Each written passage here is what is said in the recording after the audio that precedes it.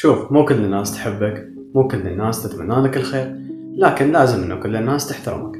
طبعا اليوم عندنا نصائح جامعية راح اقسم لك اياها على 3 اجزاء مواضيع اساسية بالجامعة. عرفنا من هاي السوالف مال الفرصة يسموها مدري شنو ريست وما فشني، اوف هاي سوالف التيك توك والحانوت يسمونه كافيتيريا، اوف هاي السوالف كلها اوف جماعة التيك توك اوفهم بصفحة.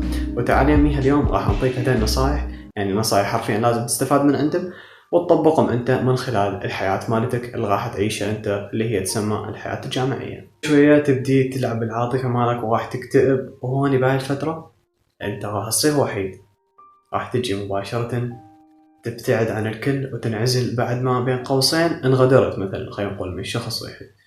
شوف، لكن انت راح تتعرض الى عدة من هاي السالفة، وراح تتكرر عليك هاي السالفة مرة ومرتين وثلاثة. راح تبدي شوية شوية نوعا ما أنه تلاحظ أنه ماكو شيء يدوم، ماكو علاقة تدوم، ماكو صداقة تدوم، تمام، إلا إذا كان هذول الطرفين فعلا يعني واحد يقدم تنازلات دائما للثاني. فمن راح تتأثر أول مرة راح تكون صدمة، راح تكون هي هاي أكثر مرة تتأثر بيها فعلا، مثل ما أنا تأثرت يعني بالبداية. راح تحس أنه راح تتأثر كلش يعني راح تتأثر، لكن خليها ببالك أنه دائما راح تلجأ إلى الطريق الوحيد اللي هو إلى رب العالمين. هذا الطريق الوحيد، راح تبدي شوي شوي تتقرب من رب العالمين، تركز فقط على درسك وعلى هذول الكم واحد تعرفهم انت، احسن مما تفوت بعلاقات مع غير ناس. تمام، طبعا اتحدث عن الاصدقاء. او واحد يجي يقول لي حبيبي وما فشني او في السوالف انا ما دخل فيها. تمام، هاي العاطفه ومن هالسوالف انت جاي الجامعه على مود تدرس. انا ما اقول لك لا تحب او ما فشني، لكن شوف هاي الموضوع جدا عميق، اذا تعمق لك بينه احتمال ما نخلص من هسه ولي غدا. فخلي بالك هسه نحكي عن الاصدقاء، سالفه الاصدقاء. تمام، هاي بالمرحله الثانيه انه انت كلش راح تبدي تتاثر وراح تبدي تزعل وراح تبدي، خلينا نقول العاطفه مالك راح تلعب دور كبير بهذا الموضوع. فخلي بالك دائما انت احسن شيء انه تتجاهل احسن شيء انه تتجاهل هذا الشخص مثلا، او ما تلح عليه اذا هو ما يريد يعني، خلينا نقول تتصالحون انت باثنيناتكم وترجع العلاقه نفس ما هي، فانت اوفوا وبس. يعني هو هذا احسن حل لهاي السالفه. ونجي على المرحله الثالثه. المرحله الثالثه هوني انت شوية كنت افتهمت، تمام، وبعد ما يهموك هذول الاشخاص وبين قوسين يعني ما تهتم. اوكي، اهتميت اول يوم، اول 5 دقائق، اول 10 دقائق، اول ساعة ساعتين، بعدين على السريع تلفلفت الامور ومباشرة كل من راح بطريقه، وانت همين ملتهي بس بدرسك وطلعت مع هذول الكم واحد من اصدقائك اللي تعرفت عليهم من الناس، اللي انت صار عندك خبرة من الناس هذول الكم واحد، صح قلال بس بين قوسين يسوون الكلية كلها. تمام، يعني انا ما عاد اقول لك لا تروح تعمل لي عداوات مع الكليه كلها، لا، بس يعني مختصر مفيد انت خلي لك كم واحد مقرب، لا تكثر المقربين منك. تمام، ودائما خلي بالك سالفه انه انت اليوم منقشعت هذا الشخص، تمام، اللي تحبه وهاي من هالسوالف، هم بين قوسين انت خلي بالك انه راح يجي يوم ويروح يعني، فكلش عادي هذا الشيء. تمام، الا اذا ركز، الا اذا فعلا هذا الشخص يحبك ولا انت تريد تستغني عنه ولا هو يريد يستغني عنك. تمام، فانت بهاي الحالة ان شاء الله يعني خلينا نقول انه يعني ما تتفارقون ابد. تمام، وبالنسبة للسالفة العاطفة نجي على السالفة الثانية خلال هذا الفيديو اللي هي العاطفة. تمام، العاطفة والحساسيات. شوف، لا تصير ابدا كثير حساس. اذا انت تصير كثير حساس انت ما راح تعيش. لازم تخلي هاي السالفة ببالك، يا حتى انا اسمع صور الفيديو يا احمد خلي ببالك هاي السالفة. اذا انت تظل حساس، تمام، انت ما راح تعيش. انا احكي عن نفسي هسه، تمام، انا بقول لك هاي نصيحه على طيل نفسي قبل ما نطيل لك على طيل نفسي. انا اقول لك انا لازم ما اصير حساس على مود اعرف اعيش، ولازم ما اتاثر بابسط السوالف او اتفه السوالف. تمام، انه انت ما لازم انا ما ليش قاعد اقول عن نفسي على مود انت هم تجي وتقول على نفسك. ليش؟ لان بالبدايه اشغل انت تصير حساس ومن هالسوالف كوي ما حد راح يتاذى. تحق خليها بنفسك، خليها ببالك وبنفسك، تحق ما حد راح يتاذى. الشخص الوحيد اللي راح يتأذى هو أنت بس، هذا الشخص الوحيد اللي راح يتأذى من هاي السالفة. ونجي على الموضوع المهم، الحزازيات. لا تخلي حزازيات بينك وبين هذا الشخص، والله هذا الشخص ما عفشني وتركني وما عفشني، لا، شوف كله بيد الله. تمام، كله رب العالمين كان قدرك انه انت تتعرف على هذا الشخص، ومثلا يقدرك هذا الشخص على مود يصير درس لك وعلى مود تتعلم وعلى مود تتقوى شوية شوية. انه ما اليوم انا مثلا تعرفتوا على فلان وتعرفتوا على فلان وغدا بعد غدا هذا مثلا عافوني او ما في شنو السوالف يعني تاثرتوا انا كلش. لا شوف خليها ببالك دائما رب العالمين كل شيء كان كتبه كل شيء كان قدره. تمام. فانا اليوم انا اجي اقول لك لا تصير حساس ولا تعمل حزازيات. تمام. فهاي السالفه الصالحك والصالحي انا مثل ما قبل ما عاد انصحك عاد انصح نفسي. تمام. خليها ببالك يعني انا اعتبرني اخوك او اخوكي. طبعا راح تلاحظ انه اول يوم لك بالجامعه كلش صعب. تمام. خاصه انت راح تروح هناك ما تعرف الاصدقاء بين قوسين كنا تطشروا كل الاصدقاء وكل من غيح بديره وما تعرف ناس هناك وراح شوي لازم تتعود على الاختلاط. تمام. وخاصه ان احنا ما عندنا اختلاط مثلا ولد مع بنت من هالسوالف ما عندنا هاي الشيء. تمام. بالعراق عاد اتكلم زين. فانت لازم تتعود على هاي السالفه لان بالنهايه هي يبقون كلهم زميلاتنا ومثلا كل ما نقسموا وراح يكونون زميلاتنا وخواتنا بنفس الوقت. هاي الشغله رقم واحد تخليها ببالك. الشغله المهمه انه عندك انت هسه حاليا انا بالمرحله الثالثه راح احكي لك تجربتي بدايه 3 مراحل. شوف السنه الاولى بالمرحله الاولى خاصه اذا انت ما كنت راضي بالقسم مالك او ما راضي انت المكان اللي انت بينه راح تعاني بالبدايه لكن شوي من راح تتعرف على اصدقاء وشويه واحد يصبر الاخر ما فيش مناسب راح تبدي تحس بتحسن. اكو نوع من التحسن انه انت رضيت بقسمتك ومن هالسوالف وخلاص انت راح شوي تبدي تحب القسم مالتك. لكن ركز بالمرحله الاولى نتعرف على كثير من الناس خيرات الله من الناس لكن ما نعرف شنو بداخل هاي الناس. ليش؟ لان السنه الاولى تعتبر كمظهر انت كفر مال الموبايل هي هاي الناس حاليا بالاخير تعرف شكو بالموبايل. تمام. او بين قوسين صوره من تعمل لزوم انت شوي راح تبدي بيها راح شوي تقل الدقه مالك ويقلون الناس بعينك. زين. فانت خلي بالك اول سالفه انه لا تكثر علاقات مع الاصدقاء ولا تتعرف على كثير من الناس. تتعرف على كثير من الناس والله ذول كلهم سند. لا شوف ابد هذولي ما سند. تمام. مجرد صديقك طلعت معانا وما فيشني مره مرتين تونستم هذا لا اسميه صديق لان الصداقه يعني صداقه شيء عظيم. تمام. هاي السالفه نخليها. الصديق اللي فعلا هو صديق انه يصدق من الصيغ المواقف بالمواقف في بين هذا صديقك. تمام. فخلي هاي السالفه بالك انه بالمرحله الاولى كثير من الناس راح تتعرف عليهم لكن كلهم راح يدون بعينك انه هم خوش ناس وما فشني ومن هالسوالف وعلاقات حلوه وطلعات وسفرات. شوف لكن بالمواقف راح تجي بالمرحله الثانيه شويه راح تبدي تتعقد السوالف وراح تبدي شويه نوع من المشاكل. تمام. وراح تبدي هوني انت تفوت بحاله عاطفيه. تمام. يعني مختصر مفيد راح تتاذى نفسيا. تمام. راح العاطفه مالك راح تلعب ليش هذا راح تلعب دور كبير هون ليش هذا خابر وما يرد او بعث رساله يغشعها وما يرد ومن هالسوالف راح تبدي انت هون راح تبدي تتعلم بالك. تمام. انه انت تمام ما متعود على الحياه الجامعيه بس لازم انت تتعود وتتاقلم. راح تحس اول يوم كلش صعب خاصه اذا انت كنت بالمجموعه الطبيه راح تجي السالفه.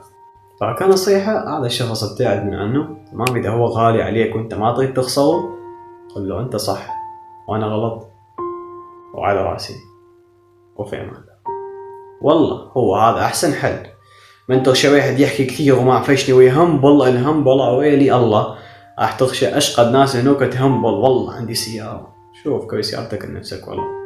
فخلي بالك هاي السوالف دائما اكو همبل راح تغشى نماذج من الناس نماذج خيرات الله كلهم نسخ كوي نسخ. شوف كل واحد يعكس البيئه اللي هو عايش فيها. كل واحد يعكس البيئة اللي عايش بيها أو جاي منه. تمام. فلا تخلي هاي السوالف كلها تأثر عليك أو عليكي. تمام. ولا يغرك المظهر. تمام. لا يغرك المظهر مال الإنسان ولا يغرك المظهر مال الإنسان من تشعب والله الشكل حلو. لا شوف تعال تعرف علينا ادخل معانا. الصورة هي صورة أنت بالموبايل عندك صورة اعمل لزوم شوي راح تبدي تقل الدقة مالك راح تتوشوش بعينك تغوش شوي تختفي تتلاشى من حياتك. فخليها ببالك ما كل الناس مظاهر.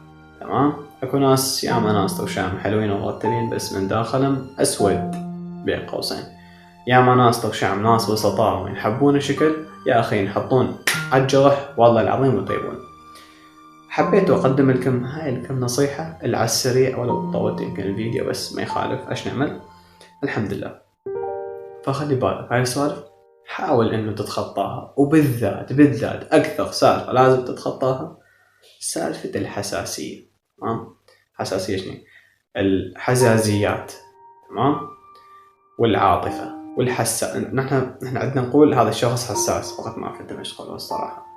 يلا اوكي، الحساسية الزائدة. تمام، الحساسية بين الاشخاص، ما الحساسية هاي من الجلد، لا، الحساسية بين الاشخاص، ما الحكة، لا، حساسية انه هذا الشخص يتحسس من هذا الشخص، يعني الحزازيات، باختصار الحزازيات. تمام. سالفة الفولوات على الانستغرام لا تنسوها، والله هذا عمل لي فولو لغى الفولو، ما فيش من السؤال، هاي البنت عملت لي فولو، هاي سوالفوها بصفحة. وصلنا الجزء الأخير من الفيديو اللي هو النقاشات. الله على النقاشات، الله على النقاشات. بنت تتناقش أنت مع شخص عنيد. شوف يا عزيزي ويا عزيزتي، من تغشى شخص عنيد لا تتناقش معه أبد، ولا تدخل معه بنقاش، لأن دائما هو راح يطلع الصح، دائما هو الصح، أنت الغلط، أنت دائما الغلط. تمام. أنا أتناقش معك وراح تبدي شوي شوي، أنت تعلي صوتك وأنا أعلي صوتي وهو يعلي صوته، ما فيني راح نتكلم بالأخير. ليش؟ لأن هو ما يطيق يقتنع إنه أنا صح، تمام؟ ولا أنا على طريق أقنعه، وهو عنيد. يعني هو خلي بالك، سالفة العنودية أكثر شيء أكره إنه هذا الشخص عنيد، هذا بعد إنه ما يقتنع أصلا، هو يعني قيفل، بين قوسين قيفل قاتل، يعني هذه بعد لو تقنعه من هسه 1000 سنة وما يقتنع خلاص. شوف أنا ما ألومك أو ألومك، تمام، أنا أحكيك ما بس بصيغة الولد، أنا أحكي بصيغة الولد والبنت، بس دائما أنا أقول ألومك يعني باعتبار أنا أحكي عن نفسي أو على أخواني أخواتي، نفس الشيء كلتكم ماكو فرق. أنت بالبداية أي شخص حساس يتأذى حتى يتعلم، لأن صدقني ماكو شخص يعني يتعلم بدون أن يتأذى، لا ركز، يتأذى حتى يتعلم. تمام. فأنا اليوم من تأذيت مرة أحاول أخذ درس، تمام، وأحط ببالي عواقب إنه لهذا الشيء ما أريد يتكرر، أخشى عنه، الحالة النفسية اللي مريت بيها، الكآبة اللي حصلت لي، الفترة العزلة اللي أنا أخذتها من هذا المكان أو هذا المكان. فركز، خلي هاي السالفة دائما ببالك. زين، نجي على الموضوع الثالث، الموضوع التوهم، تمام، أو التخيلات أو الدالغات بين قوسين. مرة من المرات بالجامعة صديقي بنت، أنا أول يوم بالجامعة، تمام، رحت أسجل، ما عندي قلم، رحت بلك الشيء، تمام، شدته، كانت يمي قاعدة بنت بالتسجيل، فقلت له بالله بس انطيني القلم. الصراحة طبعا البنت ما قصرت، راحت جابت لي قلم من اللوكر ماله، كانت بنت مرحلة ثالثة، جابت لي قلم مال البنات يعني، وظل القلم يمي، تمام. فأنا دغيدي رجعه لهاي البنت ما أعرفه، وصور إنه صديقي بالتسجيل، طلعنا سوا، فولها صار عندك بنات ما فيش ناس سوالف، وصار عندك قلم، يا ابو والله العظيم القلم ما مالك، والله القلم ما مالي، دغيدة وش البنت رجع القلم، قلت له خلف الله عليك. زين، حتى كنت بحالة توتر، يعني ما تعرف، يعني خلينا نقول بين قوسين لو انت ما متعود على هذا الشيء، تمام. فعندي صديقي من المرات قاعدين، طبعا السالفة شوية مضحكة ويجوز شوية ما تصدق بيها، بس لازم نصدق بيها لهاي السالفة. شوف، قاعدين بالقاعة مال حاسوب، طلب من بنت قلم، البنت هم ابتسمت وعطت القلم، قالت تفضل اخوي. يابا هو ايش صار بينا هوني؟ ولا احمد حبتني ومن هسه، يابا بس هدي شوي، هدي لا تلح. اخشى رجعت على البيت، اخشى انشر لي ستوري مشتاق موت لها، ولا يابا يموت شويه، هدي كي ما صار شيء، البنت اعطتك القلم ورجعت له القلم وبس. لا، احمد ضحكت بوجهي، ضحك، هاي التوهمات خليها بصفحه، يعني ما ان البنت ضحكت بوجهك ان البنت تحبك، لا، مجرد ابتسامه خفيفه اعطتك القلم، تمام. فلا تهول الامور بين قوسين وتعمل تخيلات من عندك وتبدي من هالسوالف والاعتراف والحب. شوف، دائما خليك بعيد عن هاي السوالف. تعرف ليش؟ لان هاي السوالف اكثر شيء، يعني انا برايي انه اكثر شيء هاي السوالف تاثر وين؟ تاثر على الدراسه مالك، وين تاثر على الدراسه مالك، فخلي بالك انه تبعد هاي السوالف شويه عن درسك، لأن بين قوسين وبالاختصار مفيد إنه أنت جاي تدرس هوني، ما جاي تعمل علاقات حب ومن هالسوالف. فخلي بالك دائما إنه أنت جاي هوني تدرس، خلصت درسك رجعت على البيت، درست لك كم كلمتين اتعلمت لك، ثاني يوم رحت على المدرسة بعدني على مود المدرسة، رحت على الجامعة أو على الكلية، تعلمت شوية، أحد غدرك من هوني ما فيش، لازم تتعلم. باختصار لازم تتعلم. تتأذى بالبداية صح، تتعب ما فيشني، تدخل بحالات نفسية وجدال مع نفسك، تصل مواقف يعني يا أخي والله العظيم حتى تكره نفسك. فلازم يعني ماكو شيء أتوقع يعني ماكو شيء يظل، يعني لازم كله تعب، ولازم كله يعني خلينا نقول إنه تمر على خير وسلامة. ليش؟ لأن يبقى رب العالمين هو هاي السوالف كلها كاتبها ومخططة. إلى هون وصلنا نهاية الفيديو. أتمنى لكم كل الخير وكل المحبة، وبداية عام جديد عليكم وعلينا. وهاليوم إن شاء الله نصور هذا الفيديو. طبعا هذا البيها كان أول يوم لي بالمرحلة الثالثة طب الأسنان. أتمنى تدعونا، وواحد يدعي للآخ، وإيش تحتاجون فيديو اكتبوا لنا بالتعليقات. أخوكم أحمد. إلى هون وصلنا نهاية الفيديو. مع السلامة.